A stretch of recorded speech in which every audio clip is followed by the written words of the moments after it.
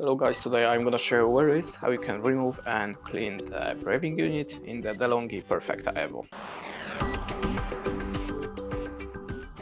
So in the first step we have to open doors of your appliance. Now as you can see, there you have the brewing unit with the two red elements. You have to just push both of them, and after that you can freely remove the brewing unit. Now you can clean it under just water with no any detergents, remember about that, and you can also clean it with the brush. After that, just put it back in the proper place, and if you hear the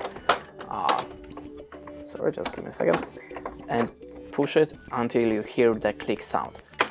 That means the brewing is installed properly and you can make another coffees. Thanks for watching, leave us a like or comment, and goodbye.